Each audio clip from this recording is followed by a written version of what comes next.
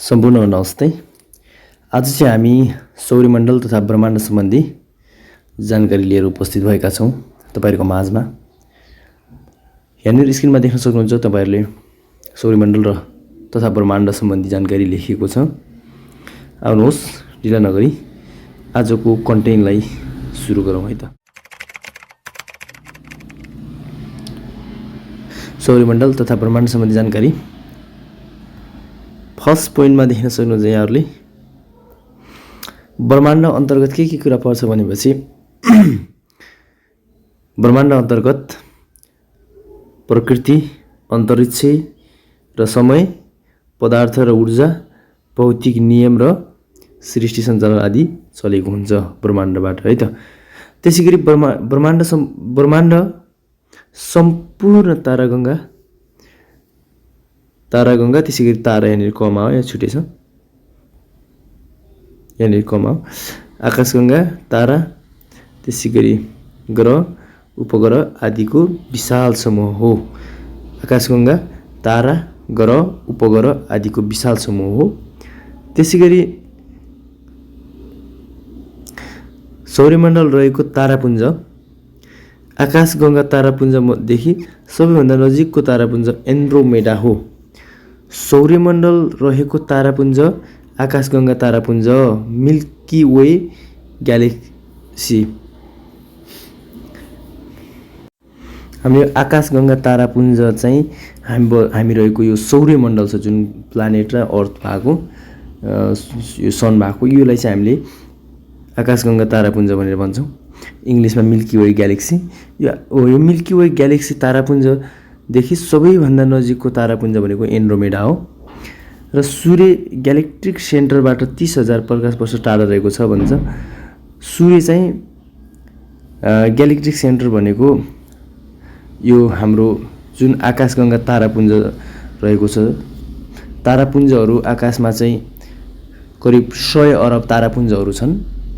त्यही तारापुञ्ज मध्येको एउटा तारापुञ्ज आकाशगंगा तारापुञ्ज यानी कि मिल्की वे ग्यालेक्सी हो र त्यही मिल्की वे ग्यालेक्सी जो सौर्यमण्डल छ हाम्रो र त्यो भित्रको सेन्टर छ ग्यालेक्टिक सेन्टर र त्यो ग्यालेक्टिक हो यानी ग्यालेक्टिक भएको छ। यो ग्यालेक्टिक सेन्टरबाट 30,000 प्रकाश वर्ष टाढा रहेको छ सूर्य। त्यसैगरी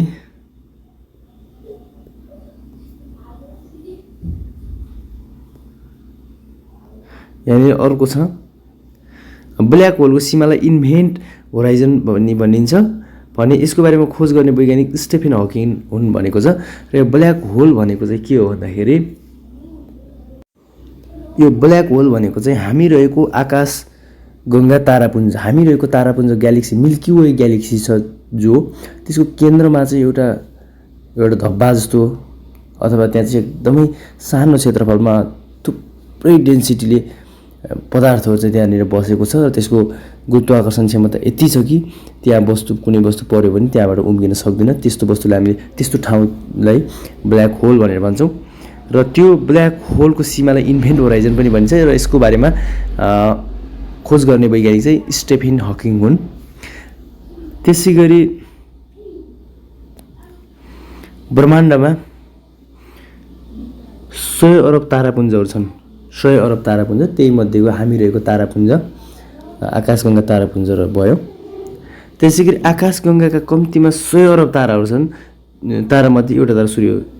100 अरब तारापुञ्ज छन्, त्यही मध्येको एउटा तारापुञ्ज आकाशगंगा तारापुञ्ज मिल्की वे ग्यालेक्सी र त्यही मिल्की वे ग्यालेक्सीभित्र फेरि 100 अरब ताराहरू छन्, त्यही तारामध्येको एउटा तारा भनेको सूर्य हो। र त्यसपछि ब्रह्माण्डको खोज गर्ने वैज्ञानिक पोल्यान्डका नागरिक सौर्यमण्डलका पिता भन्छौँ हामीले। पोल्यान्डका नागरिक हुने हुने ब्रह्माण्डको खोज गर्ने वैज्ञानिक पोल्यान्डका नागरिक सौर्यमण्डलका पिता निकोलस कोपर्निकस। उनले हेलियोसेन्ट्रिक तथ्य सार्वजनिक गरे। हेलियोसेन्ट्रिक भनेको हेलियो भनेको सूर्य हैन, सूर्यलाई चाहिँ सेन्टरमा राखेर अन्य प्लानेटहरू त्यसपछि ग्रहहरू अन्य आकाशीय पिण्डहरूले चाहिँ उसलाई चाहिँ रोटेसन गर्छन्, परिक्रमा गर्छन्, उसलाई चाहिँ बिचमा राखेर भन्ने कुरा उनले तथ्य सार्वजनिक गरे। त्यसपछि अर्को छ यो चाहिँ यो पहिले जियोसेन्ट्रिक मोडेल थियो र जियोसेन्ट्रिक मोडेलको खण्डन गरे। यो जियोसेन्ट्रिक भनेको पृथ्वी, जियो भनेको पृथ्वी अर्थ, त्यो चाहिँ सेन्टरमा हुन्छ अनि बाहिरबाट अरू प्लानेटहरूले चाहिँ त्यसलाई रोटेसन गर्छन् भन्ने कुराको खण्डन गरे बापत ज्योति जलाइएका वैज्ञानिक भनेका इटालीका गियार्डिनो ब्रुनो र उनले प्रचार पनि गरेका थिए हेलियोसेन्ट्रिक मोडेलको यो जियोसेन्ट्रिक हुँदैन भनेर खण्डन गरेका थिए। त्यसपछि उनलाई चाहिँ जिउँदै जलाइएको थियो। र त्यसपछि हामीले हेर्छौँ खगोल विज्ञानका शाखाको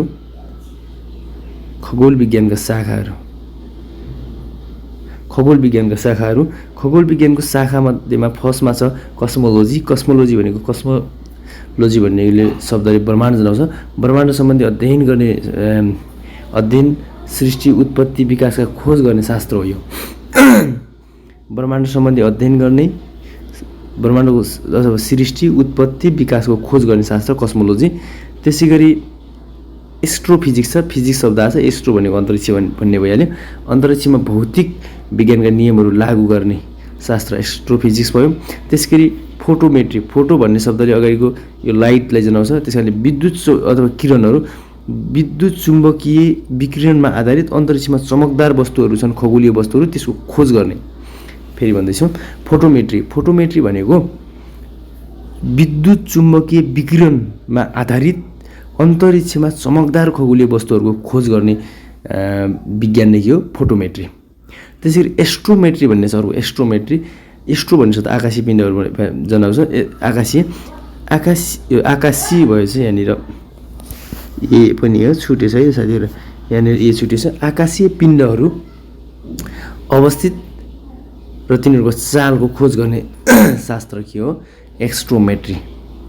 आकाशीय पिण्डहरूको अवस्थिति र चालको खोज गर्ने शास्त्र एस्ट्रोमेट्री।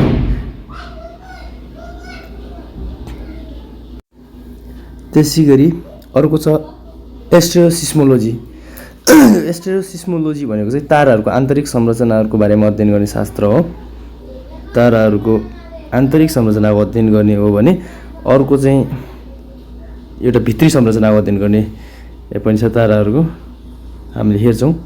त्यसै गरी स्पेक्ट्रोस्कोपी भन्ने चाहिँ यहाँनिर स्पेक्ट्रो भन्ने शब्दले स्पेक्ट्रमलाई जनाउँछ भने स्कोपी भनेको अवलोकन गर्ने, निहाल्ने। र यो स्पेक्ट्रोस्कोपी शब्द चाहिँ यहाँनिर यसले चाहिँ प्रकाश प्रतिबिम्बित कसरी हुन्छ, अवशोषित कसरी हुन्छ, पदार्थबीच स्थानान्तरण कसरी हुन्छ लाइटको अथवा प्रकाशको हो, यसको बारेमा अध्ययन गर्ने शास्त्र स्पेक्ट्रोस्कोपी। स्कोपी भनेको त्यसको अध्ययन गर्ने, अनुगमन गर्ने, निहालेर हेर्ने भन्ने हो। स्पेक्ट्रो भनेको स्पेक्ट्रम अथवा लाइट, प्रकाशको प्रतिबिम्बित अवशोषित कसरी रिफ्लेक्सन हुन्छ अथवा सोच्छ उसले, त्यसपछि पदार्थहरूमा कसरी स्थानान्तरण हुन्छ भन्ने कुरा चाहिँ स्पेक्ट्रोस्कोपीले अध्ययन गर्छ। हेलियोसिस्मोलोजी भनेको चाहिँ ताराहरूको भित्री संरचना र गतिशीलता अध्ययन गर्ने शास्त्र हेलियोसिस्मोलोजी। हेलियोफिजिक्स सूर्यको स्थिर र गतिशील विकिरणले अन्तरिक्षमा कस्तो असर गर्छ भन्ने कुरा अध्ययन गर्ने चाहिँ हेलियोफिजिक्स भयो। प्लानेटोलोजी ग्रहहरूको संरचना गतिशीलता सहित इतिहासको खोज गर्ने शास्त्र। प्लानेट भन्ने आइरहेछ, लोजी भन्नेको अध्ययन गर्ने शास्त्र अथवा विज्ञान। ग्रहहरूको संरचना र गतिशीलता सहित इतिहासको खोज गर्ने शास्त्र। त्यसै गरी एक्जोप्लानेटोलोजी भनेको चाहिँ सौर्यमण्डल बाहिरी ग्रहहरूको खोज गर्ने शास्त्र भयो। एक्जो भन्ने शब्द बाहिरी, प्लानेटोलोजी भनेको सौर्यमण्डलको बाहिरी ग्रहहरूको प्लानेटहरूको अध्ययन गर्ने खोज गर्ने शास्त्र। त्यसै गरी एक्स्ट्रोजियोलोजी छ। चन्द्रमा, क्षुद्र ग्रह, उल्कापिण्ड, धूम्रकेतु जस्ता आकाशीय पिण्डहरूको अध्ययन गर्ने शास्त्र चाहिँ एस्ट्रोजियोलोजी हो भने एरोलोजी चाहिँ मङ्गल ग्रहमा भूविज्ञानको खोज गर्ने शास्त्र। मङ्गल ग्रहमा भूविज्ञानको बारेमा खोज गर्ने एरोलोजी। सेलेनोग्राफी चाहिँ चन्द्रमामा भौतिक विशेषता अध्ययन गर्ने शास्त्र अथवा चन्द्रमा सम्बन्धी अध्ययन गर्ने विज्ञान।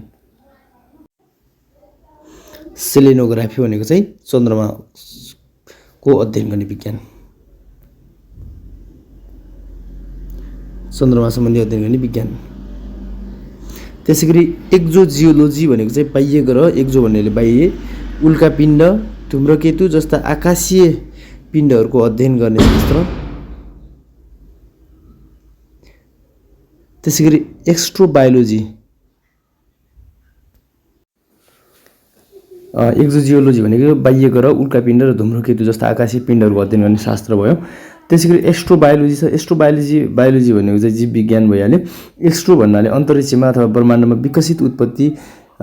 जीवन विकसित अथवा उत्पत्ति कसरी भयो भन्ने विषयमा अध्ययन गर्ने शास्त्र भनेकै यो चाहिँ एक्स्ट्रोबायोलोजी हो। त्यसैगरी एक्जोबायोलोजी भन्ने छ अर्को एक्जोबायोलोजी। एक्जोबायोलोजी फेरि के भने अन्तरिक्षमा जीवन सम्भावनाको खोज गर्ने विज्ञान हो। त्यसैगरी एस्ट्रोकेमिस्ट्री केमिस्ट्री चाहिँ केमिस्ट्री भइहाल्यो रसायनशास्त्र। एस्ट्रो भनेको अन्तरिक्षमा खगोलीय पिण्डहरूमा पदार्थको अध्ययन गर्ने पदार्थको म्याटरको चाहिँ कम्पोजिसनका कुरा हुनसक्छ आन्तरिक संरचना अथवा हरेक कुरा केमिस्ट्री चाहिँ एस्ट्रोलोजीमा प्रयोग गर्ने जोड्ने कुराहरू चाहिँ के हो भने एस्ट्रोकेमिस्ट्री हो। आजको लागि हाम्रो सौर्यमण्डल त्यसैगरी यो चाहिँ हाम्रो सौर्यमण्डल तथा ब्रह्माण्ड र यसका ब्रान्चहरू चाहिँ के रहेका छन् भन्ने विषयमा यति नै भयो। हामी नेक्स्ट सेसनमा महत्त्वपूर्ण जीके इम्पोर्टेन्ट खण्ड लिएर उपस्थित हुनेछौँ। अहिलेको लागि चाहिँ यति नै। हस्, धन्यवाद, नमस्कार।